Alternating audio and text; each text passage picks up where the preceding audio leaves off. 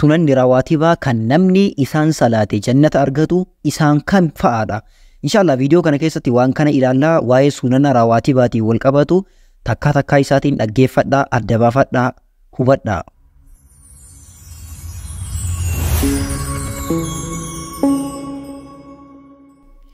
بسم الله الرحمن الرحيم الحمد لله رب العالمين الصلاة والسلام على رسول الله صلى الله عليه وسلم.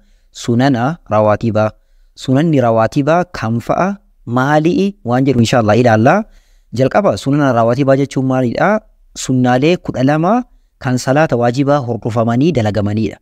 سنن رواتبا كجد أمن كان نيني جتشو صلاة واجبة شنن إرتي hordofamaniitiin kan dalagaman maal jedhamu sunana rawaatibaa jedhamu.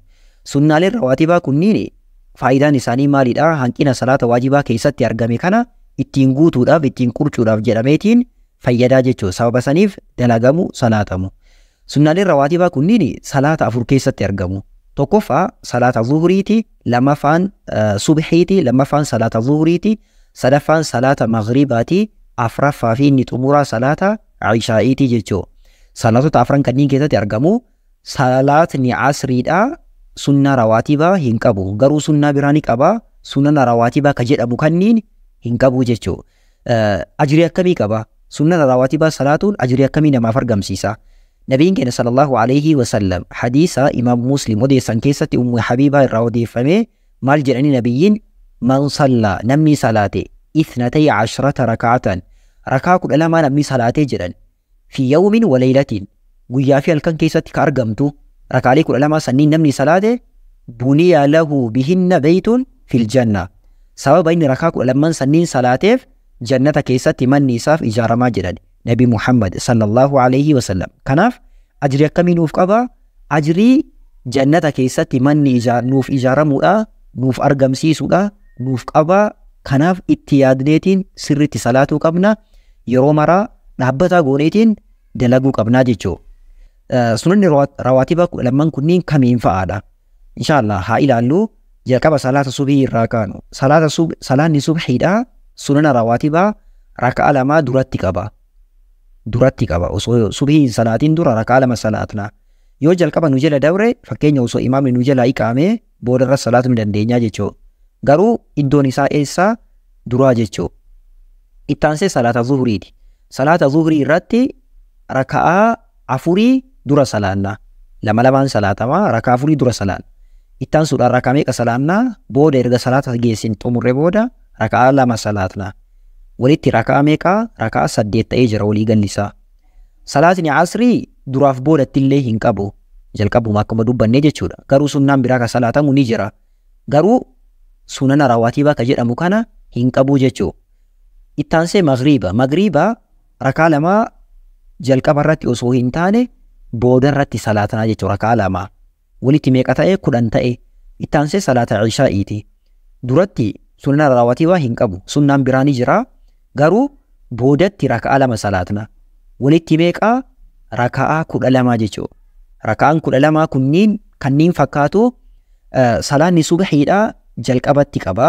Salaanni zuhrii jalqabaa fi boodatti illee ni qaba. Salaatni asrii jalqabaa fi boodatti illee hin qabu.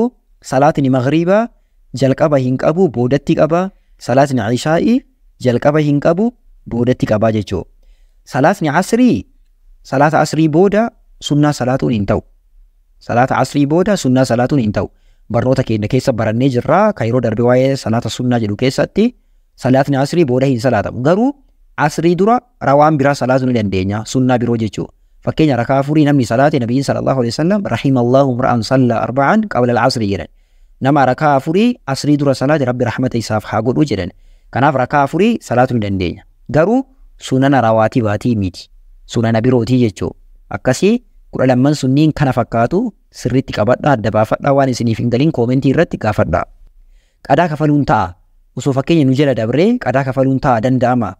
Namni sunnaan rawaatibaa sababaa garagaraatiin jala dabre fakkeenya kanneen akka hirribaa yookaan dagatuudhaan yookaan dhimma wayii osoo haasaa jiran fakkeenya dhimmi cimaa wayii osoo isa jala dabarsee wantoota akkanaa kanneeniin osoo isa jala kan dabru ta'ee yeroo dhorkama keessatti illee osoo ta'e qadaa kafaluun ni ta'a jedhan ulamaa'iin. Qadaa kafaluun ni ta'a. Nabiin keenya sallallahu alaihi wasallam guyyaa tokko dhimma wayiitiif jedhanii shaagalamanii salaata asrii booda qadaa kafalanii jechuu sunnaa kanniin. Namni beekaan sunnaalee rawaatiba kanneen of jala dabarse qadaa kafaluun hin ta'u hin danda'amu jechuu. Namni kafaluu danda'u kan akkamiin jala dabree kan sababaadhaaf jecha jala dabree jechuu.